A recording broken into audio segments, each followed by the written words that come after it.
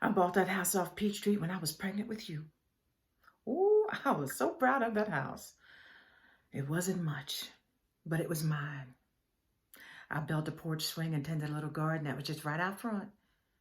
Oh man, I used to bake up a storm on that old stove.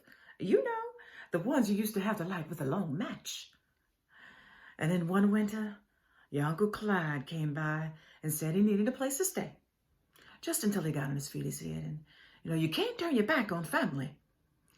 And then one day, I woke up in the middle of the night. I don't know what it was. I just woke up. I walked down the hall to look in on you. And then he came out your room. And I knew what he had done. He was a big man. He liked his liquor and his hooch. Smoked 3 packs of cigarettes a day. He was always stanking up the house with that cigarette smoke. And all the time, he'd just fall asleep on the couch, lit cigarette hanging out his mouth. And I'd go by and I'd put it out. And then one night, not too long after, he fell asleep on the couch, drunk as a skunk, lit cigarette hanging out his mouth. I got you and your brothers and sisters and, out of bed. And then we went over to Aunt Mabel's to sleep.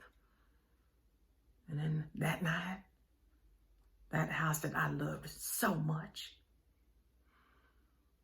it burned to the ground.